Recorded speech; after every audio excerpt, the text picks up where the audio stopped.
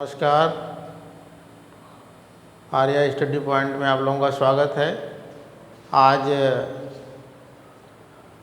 मैं वृद्धि एवं विकास के बारे में आप लोगों को बताऊंगा। कल मैंने बताया था, कुछ पॉइंट्स उसके छूट गए थे, तो उसे आज हम लोग पूरा करेंगे, क्योंकि वृद्धि and Vikas, growth and development मुख्य टॉपिक है सीटेट और टेट का। तो जो छूटा हुआ है उसे आज हम लोग पूरा करेंगे। फिर आगे हेरिडिटी एंड एनवायरनमेंट, वंशानुक्रम या आनुवांशिकता या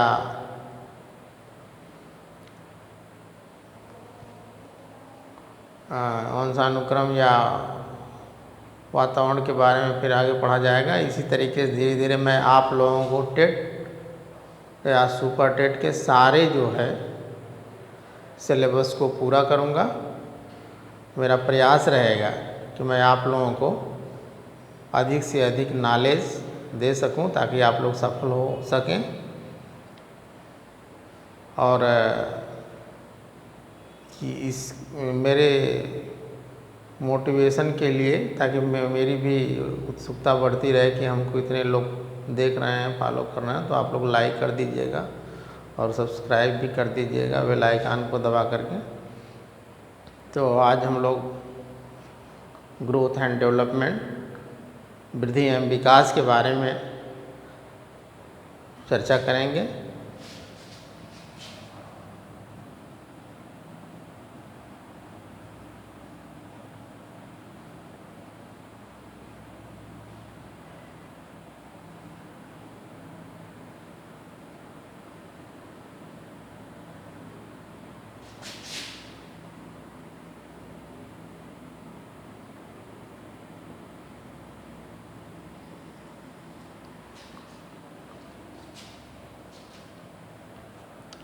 तो इसमें मुख्य बिंदु आज हम लोग चर्चा करेंगे। पहला है वृद्धि एवं विकास में अंतर।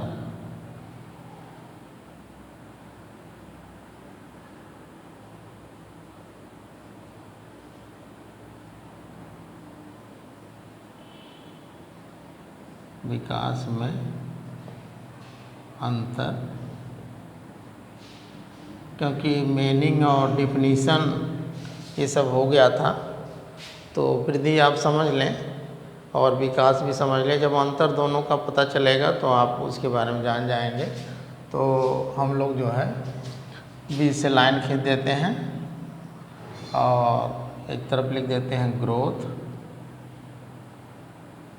यानी वृद्धि, और डेवलपमेंट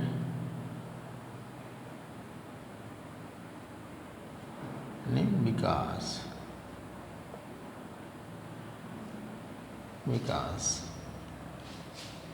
पहला अंतर ये है कि ये जो है क्वांटिटेटिव होता है, मात्रात्मक होती है वृद्धि। वृद्धि जो है मात्रात्मक होती है, मात्रात्मक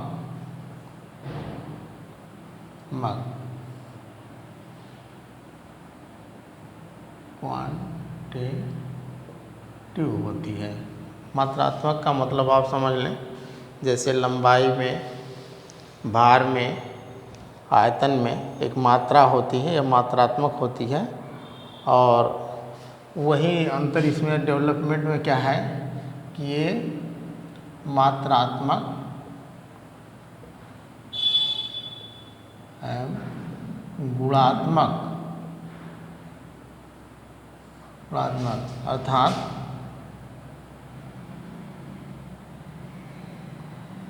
क्वांटिटेटिव एंड क्वालिटेटिव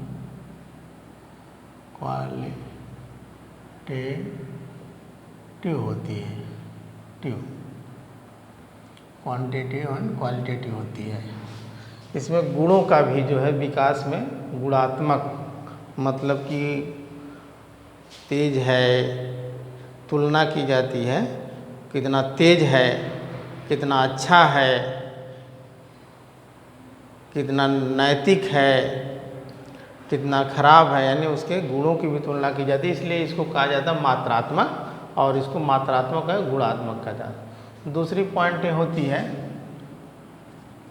कि वृद्धि जो है जीवन पर्यंत वृद्धि जो है वृद्धि जो है एक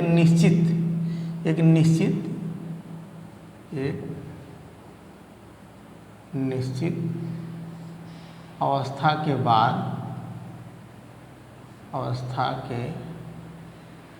बाद रुक जाती है। लेकिन ये जो है, जैसे अब देखें आप किसी व्यक्ति या बच्चा छोटा होता है, धीरे धीरे बड़ा होता है, फिर उसके बाद जो है एक दिन बुढ़ा हो जाता है, लेकिन उसकी लंबाई लगभग किशोरावस्था तक जो उसका विकास यानी वृद्धि जो होनी होती है, बढ़ने की होती है, अगर वो 5 फुट का है या 6 फुट का है या 5.5 फुट का, तो फिर उसकी वृद्धि नहीं होगी। तो वृद्धि जो है एक निश्चित अवस्था के बाद रुक जाती है, और इसकी विकास जो है जीवन पर्यंत चलता रहता है। जीवन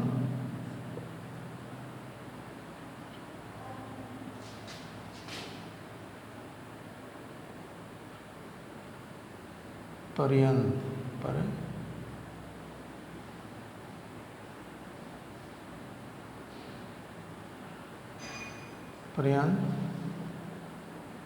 चलता रहता है, यानी विकास जीवन पर्यंत चलता रहता। तीसरा यह है कि वृद्धि जो है को मेजर्ड किया जाता है। मेजर्ड MEASURED मतलब मापन किया जाता है इसका। अब आप मापन से समझ लें कि जैसे किसी वस्तु या प्राणी के भार, लंबाई या आयतन को एक इकाई के रूप में, एक अंक के रूप में प्रकट करना या परिभाषित करना, वो जो है मापन होता है। जैसे कि उदाहरण के रूप में आप समझ लें कि जैसे कि किलोग्राम को भार को किलोग्राम में, और किसी कपड़े को नापना है तो मीटर में, है कि नहीं, और मतलब लंबाई को नापना है तो मीटर में, और आयतन को नापना है तो लीटर में। तो ये जो है इसको मेजर्ड, ये भी कभी कोई क्वेश्चन पूछता है, ये मेजर्ड। और इसमें क्या होता है, ये इसको जो है इवैल्यूएशन किया जाता है। इवैल्यूएशन का मतलब या असेस्ड, इसको कहते हैं मूल्यांकन इसका किया जाता है। तो मूल्यांकन का मतलब ये होता है कि जैसे मूल्य का अंकन किया जाता है विकास में क्या किया जाता है, मूल्य का अंकन किया जाता है। मूल्य का अंकन का मतलब ये हो गया कि जैसे किसी वस्तु या व्यक्ति या किसी प्राणी के भार, लंबाई और आयतन को किसी अंक या मात्रा के रूप में जब उसको प्रकट किया जाता है तो वो तो मापन हो गया। लेकिन उसके अंक को जब किसी दूसरे व्यक्ति के अंकों के द्वारा, उसकी मात्रा के द्वारा जब तुलना किया जाता है तो उसमें कौन सर्वोत्तम है, उसको जब परिभाषित किया जाता है तो उसको मूल्यांकन किया जाता है। जैसे कि 2 बच्चे हैं, दोनों का मापन किया गया, लेकिन वो तो आपका जो है वृद्धि हो गई, लेकिन अगर उसका मूल्यांकन किया गया कि कौन तेज है कौन कमज़ोर है, तो ये आपका विकास में आएगा कि ये बच्चा ज़्यादा तेज है। तो इस तरीके से इसका ये भी क्वेश्चन आता है, इसमें इम्पॉर्टेंट है कि इसका मूल्यांकन किया जाता है। अगला क्वेश्चन है, अगला क्वेश्चन कह रहे हैं अगला टॉपिक है कि ये स्ट्रक्चरल मतलब कि संरचनात्मक होती है।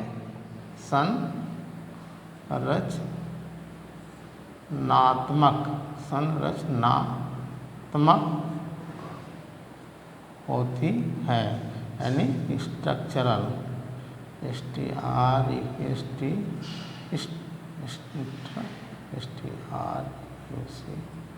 स्ट्रक्चरल, और ये जो है स्ट्रक्चरल एंड फंक्शनल होती है,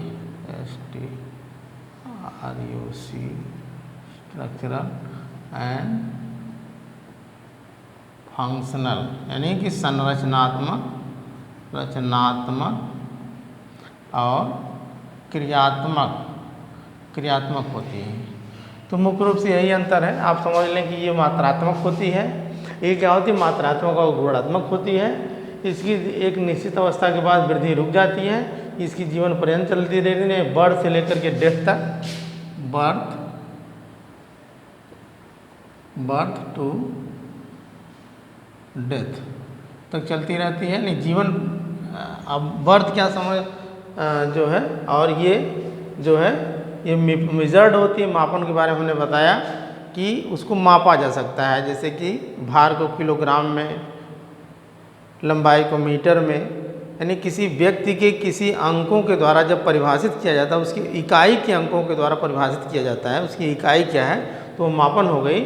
और वही उसके अंकों को इकाई के रूप में परिभाषित करके और फिर किसी दूसरे वस्तु के द्वारा जब उसका तुलना किया जाता है कि कौन सुपर है कौन अच्छा है, तो उसको इवैल्यूएशन या मूल्यांकन, तो ये विकास जो है मूल्यांकन से संबंधित है, इसका मूल्यांकन किया जाता है ना कि मापन।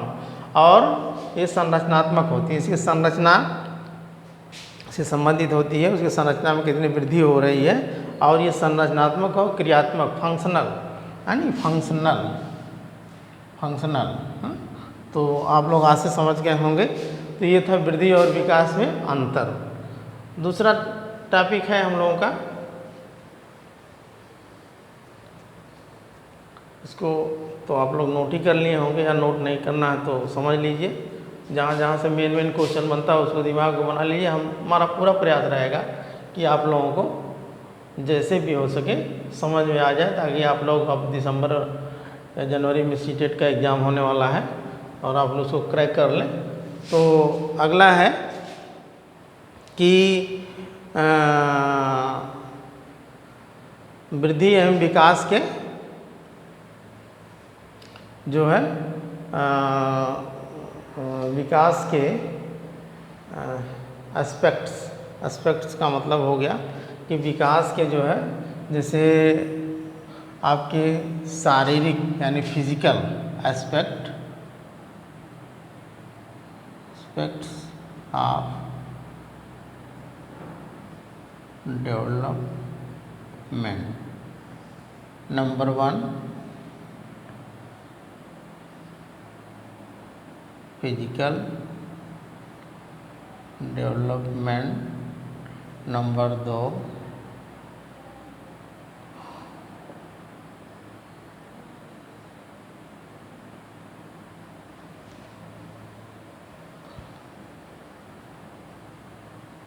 Mental development, number 3 emotional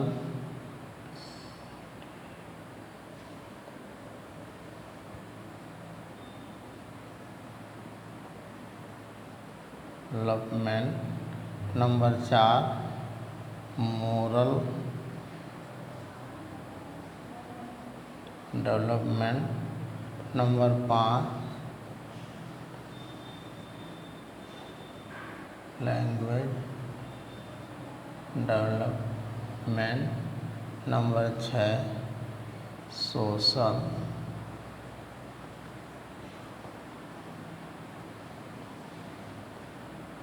development. अब फिजिकल का मतलब आप जान ही रहे हैं, शारीरिक विकास। मेंटल का मतलब मानसिक विकास।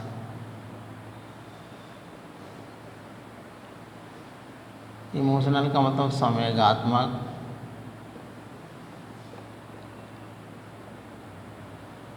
विकास। मोरल का मतलब नैतिक विकास। लैंग्वेज में भाषा का विकास। सोशल मतलब सामाजिक ये आपका हो गया। ये बहुत ज़्यादा इम्पोर्टेंट नहीं है, फिर भी थोड़ा सा हम जानकारी के लिए इसमें समझ लेंगे तो उसके एस्पेक्ट्स क्या हैं। तो डेवलपमेंट कितने प्रभावित करता है, तो ये आप समझ लें फिजिकल डेवलपमेंट। अब फिजिकल को हम लोग दो भागों में बांटेंगे, ग्रास मोटर और फाइन मोटर। अब ग्रास मोटर में जो हमारी मसल्स का विकास होता है वो ग्रास मोटर्स में होता है। जो जैसे कि बच्चा दौड़ता है और कूदता है, चलता है, मसल्स का प्रयोग जहाँ होता है वो ग्रास मोटर में फिजिकल का प्रयोग होता है। फाइन मोटर में कि जैसे लिखने का प्रयोग किया जाता है, ड्राइंग का प्रयोग किया जाता है, छोटे छोटे जो फाइन या फाइन नाम से ही आप समझ लें, ग्रास का मतलब ब्रॉड और फाइन का मतलब बहुत ही सूक्ष्म, या कह लें कि उसको बहुत ही अच्छा तरीके से, जिसे रफली ना हो जो है, इस तरीके से बहुत थोड़ा सा इसमें है। मेंटल डेवलपमेंट आप समझ लीजिए। मेंटल डेवलपमेंट में आ जाता है जैसे आपका थिंकिंग हो गया, रीजनिंग हो गया और प्रॉब्लम सॉल्विंग हो गया, मतलब सोचना और तर्क करना, समस्या समाधान करना, ये आपका मेंटल डेवलपमेंट में आ गया। इमोशनल डेवलपमेंट में, इमोशनल जो हमारी समस्याएं जब आती हैं तो हम इमोशन हो जाता है, तो उसको अपने स्ट्रेस को जो है कंट्रोल करना, उत्तेजना को कंट्रोल करना, क्रोध, भय और इस तरीके से जो है इमोशन, जैसे क्रोध हो गया, भय हो गया, जो हमारे इमोशंस वगैरह हैं, ये पीड़ा हो गई, दर्द हो गई, संवेदना हो गई और किसी के प्रति मार्मिक भावना हो गई, तो ये इमोशनल डेवलपमेंट हो गया। फिर आगे आते हैं हम नैतिक विकास, मतलब मोरल डेवलपमेंट। मोरल डेवलपमेंट में आपका आता है जो हमारे व्यवहार हैं, जो हमारे नॉर्म्स हैं, जो हमारे नीड्स हैं, आवश्यकताएं हैं समाज की, जो हमारा चरित्र है, ये हमारे मोरल डेवलपमेंट में आ गई कि हमने समाज में क्या योगदान दिया, कितना अच्छा परफॉर्मेंस कर रहे हैं। ये अब नाम से ही आप समझ लें, बहुत क्लियर है, बहुत उसमें डिटेल में जाने की ज़रूरत नहीं है। लैंग्वेज डेवलपमेंट का मतलब भाषा का विकास। भाषा बच्चा शुरू में ही शैशवावस्था, जैसे आप 0 से 2 वर्ष तक की होती है, वैसे 0 से 6 तक का होता है, लेकिन बीच में ही जो है उसको पूर्व बाल्यावस्था में भी डिवाइड कर दिया गया है। तो ये उसमें भाषा का विकास धीरे धीरे जो होने लगता है, तो ये लैंग्वेज डेवलपमेंट में आता है। सोशल डेवलपमेंट्स में एकदम वही मोरल डेवलपमेंट से ही संबंधित है, सामाजिक विकास जो हमारा होता है, तो ये सोशल डेवलपमेंट में आता है। तो इस तरीके से ये भी आपका हो गया। इसमें अगर थोड़ा बहुत जो भी आप लोगों को क्लियर ना हो तो इसको क्लियर कर लें। वैसे स्पेलिंग में थोड़ा बहुत मिस्टेक होगी, लेकिन समझने का मेन मतलब है कि हमको एग्ज़ाम क्रैक करना है। अब बहुत ज़्यादा उसके वो नहीं जाना है, क्योंकि बस समझ में आ जाए कोई चीज़, भाव उसका समझ में आ जाए, वही हमारे लिए बहुत मेन है कि हम क्या कह रहे हैं और आप उसको समझ रहे हैं, जो हम बोल रहे हैं उसे आप अगर समझ रहे हैं तो वही मेन है। और थोड़ा बहुत मात्रा और थोड़ा बहुत स्पेलिंग वगैरह अगर मिस्टेक है तो वो उसको आप लोग समझ लीजिएगा। तो अभी स्टार्टिंग है तो थोड़ा बहुत लिखने में भी प्रॉब्लम है, तो हमें भी, लेकिन धीरे धीरे हमारा प्रयास रहेगा कि हम उसको सुधार कर लें। तो इस तरीके से अब हमने कल बता भी दिया था स्टेजेस वगैरह के बारे में कि जो है डेवलपमेंट स्टेज वगैरह जो होती है, थोड़ा सा और चूँकि बहुत इम्पॉर्टेंट टॉपिक है वो स्टेजेस वगैरह का। Stage of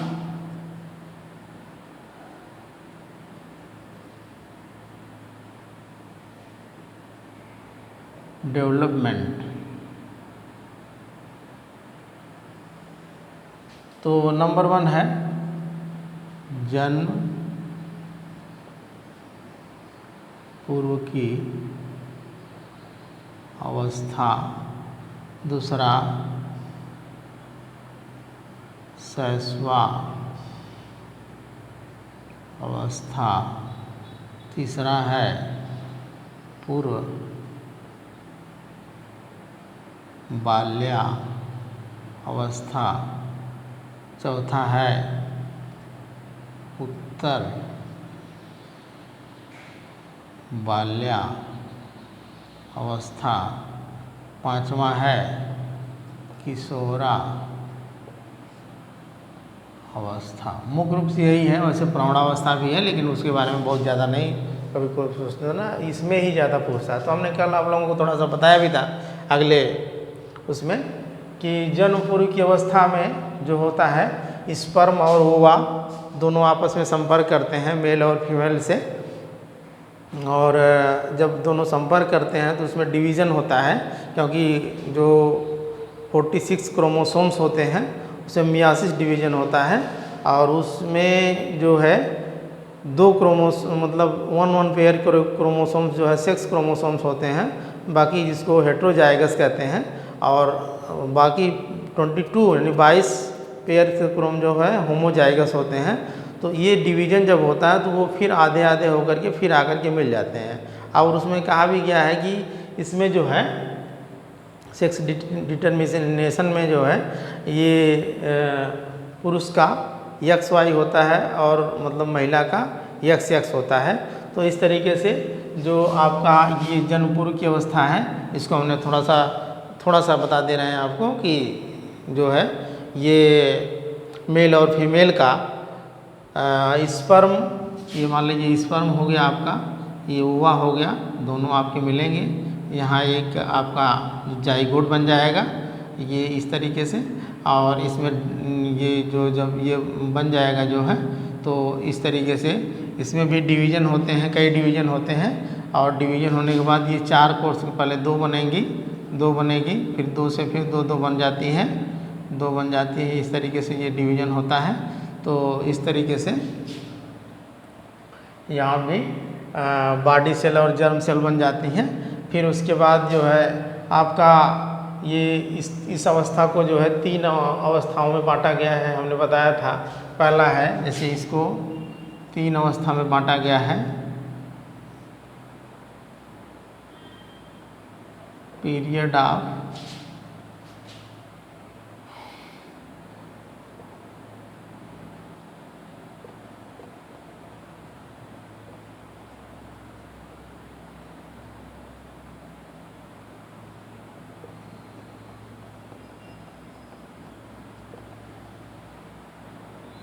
foetus.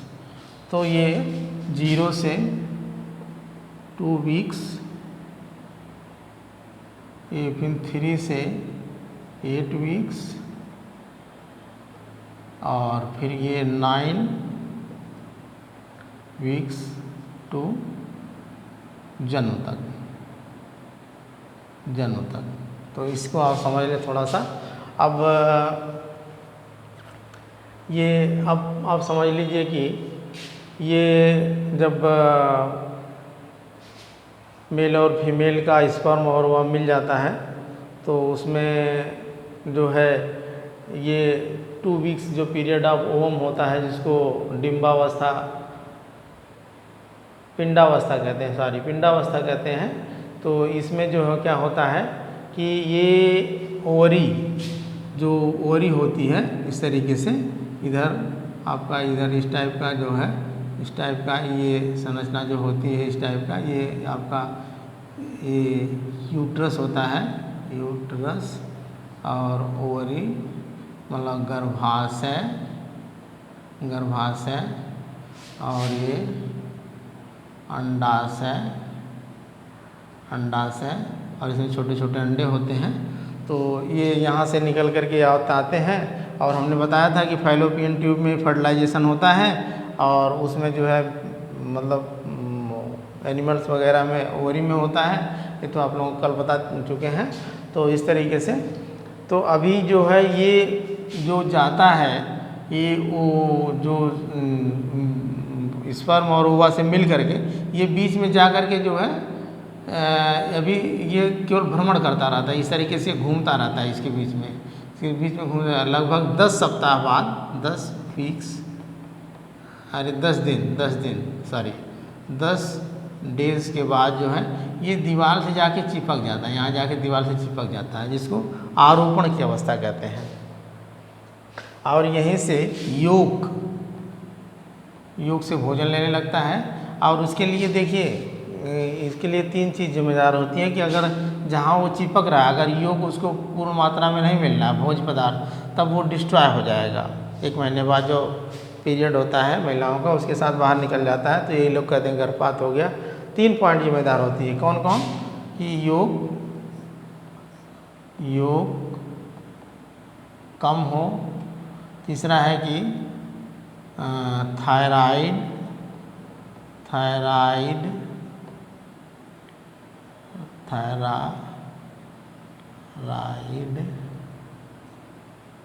और पिट्यूटरी ग्लैंड का तालमेल, क्योंकि ये मास्टर ग्लैंड होती है इसको कंट्रोल करने थी। आप देखे होंगे कभी कभी कि जिसको थायराइड की प्रॉब्लम होती है उसको बच्चा होने में बड़ी प्रॉब्लम होती है, क्योंकि थायराइड से थायरॉक्सिन हार्मोन्स निकलता है। अगर ये हार्मोन्स निश्चित मात्रा में नहीं निकला जितना इसको चाहिए, तब भी ये आरोपण नहीं होने देगा और ये जो है डिस्ट्रॉय होकर के निकल जाता है। इसीलिए जिसको थायराइड की प्रॉब्लम होती है उसको जल्दी से मतलब प्रेग्नेंट नहीं होती है, वो पता चलता है कि यहाँ डिस्टर्ब होता रहता है थायराइड की वजह से। थायराइड वालों के लिए बच्चा पैदा होने के लिए बड़ी प्रॉब्लम होती है। तो इस तरीके से। और चौथा ये है कि अगर अच्छा मतलब अच्छे स्थान पे जो है रोपण नहीं हुआ और यहीं पे जो है ये आपका जो बना हुआ है, इसको चाहे एम्ब्रियो आप कह लें, ये इसी को हम पैरासाइट कहते हैं, परजीवी कहते हैं, हमने बताया था क्या। तो इस तरीके से ये अवस्था यहाँ आ जाती है। फिर उसके बाद जो है ये आने के बाद जो है पीरियड अब 3 से 8 वीक्स के बाद एम्ब्रियो की जो स्टेज आती है उसमें जो है नाभिनाल वगैरह बन जाते हैं, प्लेसेंटा वगैरह बन जाते हैं और एमनियाटिक झिल्ली वगैरह बन जाती है। अब यहाँ अब मान लीजिए ये यूट्रस हो गया, इसके चारों तरफ ये आपके प्लेसेंटा बन गए, यहाँ बच्चा मान लीजिए इसमें है, इसमें तो यहाँ से यहाँ तक जो है एक नली बन जाती है, यहाँ से यहाँ तक उसको भोजन O2 H2O और फूड मिलने लगता है। तो ये तो आपका मतलब वो उसमें जो वो नहीं है। फिर इसके बाद वो उसमें बन जाता है एक्टोडर्म, इसमें इसके चारों तरफ जो है यही में जैसे ये बच्चा मान लीजिए आपका बन गया इस टाइप का बच्चा बन गया इस तरीके से। फिर इसके चारों तरफ जो है ये बन गया। अब ये बच्चा आपका बन गया, इसी में जो है एक्टोडर्म, मीजोडर्म और इंडोडर्म, तो इन्हीं तीनों से आपका ये क्वेश्चन बहुत इसमें से नहीं आता है। तो जो है एक्टोडर्म, मीजोडर्म और इंडोडर्म से जो है जैसे एक्टोडर्म से आपके बाल, नाखून, त्वचा इसका निर्माण होता है। मीजोडर्म से त्वचा के अंदर की जो सेल्स वगैरह होती हैं और जो मसल्स वगैरह होती हैं मीजोडर्म से बनती है। इंडोडर्म से हमारा लीवर वगैरह बनता है, श्वसन तंत्र, पाचन तंत्र ये सब बनता है। तो इस तरीके से इसको बहुत ज़्यादा वो जानने की जरूरत नहीं है। और अगला है कि थोड़ा सा आप जान लें इसके बारे में, बहुत उसकी वो नहीं है। और हमको जानना क्या है शैशवावस्था का काल जो है, वैसे तो इसमें देखिए कभी कभी कंफ्यूज भी हो जाता है। शैशवावस्था का काल जो है 0 से 2 ईयर भी माना गया है, लेकिन कहीं कहीं आप देखेंगे 0 से 6 ईयर भी माना गया है। तो इसी 6 ईयर को जो है 2 भागों में, नहीं 0 से 2 यानी अब आप समझ लें कि ये जो अब 3 से ये 6 वर्ष की अवस्था जो है ये आपकी पूर्व बाल्यावस्था हो गई और उत्तर बाल्यावस्था हो जाएगी 7 से 12 और ये हो गई 12 से 18। हाँ, तो यानी 6 से 12 कर लें, 7 से 12 मतलब उसी के बीच का ये होता है 6 से 12। अब कहीं कहीं आपको मिलेगा कि 5 या 6 ईयर ये भी है, ये भी है, ये भी है। तो इस तरीके से, तो उसमें कन्फ्यूज होने की जरूरत, बस उसमें क्या क्या उसकी विशेषताएं इसे हमको जानना है। ये तो बहुत अलग अलग वैज्ञानिकों ने अपना अपना मत देते रहे और आते रहे और अपना मत देते रहे, और कि किसी ने कहा कि केवल 3 ही अवस्था होती है, शैशवावस्था, बाल्यावस्था, किशोरावस्था। किसी ने कहा कि नहीं, पूर्व बाल्यावस्था होती है, उत्तर बाल्यावस्था होती है, प्रौढ़ावस्था होती है। किसी ने शैशवावस्था को भी 2 अवस्था में बांटे, 8 प्रकार का बताया। तो उसको बहुत ज़्यादा उससे क्वेश्चन, जहाँ से हमको क्वेश्चन बनना है, जहाँ से हमको मेन इम्पॉर्टेंट चीज़ जो है मतलब गेन करना है, उसको हमको देखना है। बहुत ज़्यादा चीज़ जानने की ज़रूरत नहीं, इधर उधर जानने की ज़रूरत नहीं है, क्योंकि उतना ब्रॉड तो हमको थीसिस तो लगाना नहीं है, पीएचडी तो करना नहीं है कि थीसिस लगा लें, लेकिन जानकारी होनी चाहिए, ये कहने का मतलब है। तो अब आप शैशवावस्था को देखेंगे। अब इसको हम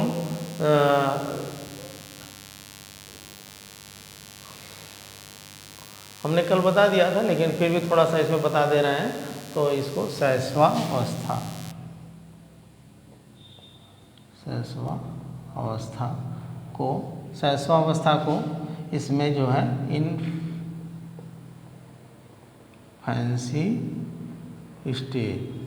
इनफैंसी स्टेज। अब इसको कहते हैं, पहला तो ये है कि वृद्धि जो है बहुत तीव्र गति से होती है। कभी कोई क्वेश्चन है, वृद्धि तीव्र गति से होती है, ठीक। दूसरा है कि काम प्रवृत्ति तीव्र होती है। आप देखेंगे कि बच्चा स्तन को पकड़ता है, अपनी माँ को, और एक हाथ से मुंह में और एक हाथ तो ऐसे पकड़ता है, और उसके जो सेक्स आर्गन वगैरह हैं वो भी टाइट रहते हैं, तो कभी कभी पूछ लेता है। तीसरा है कि इसको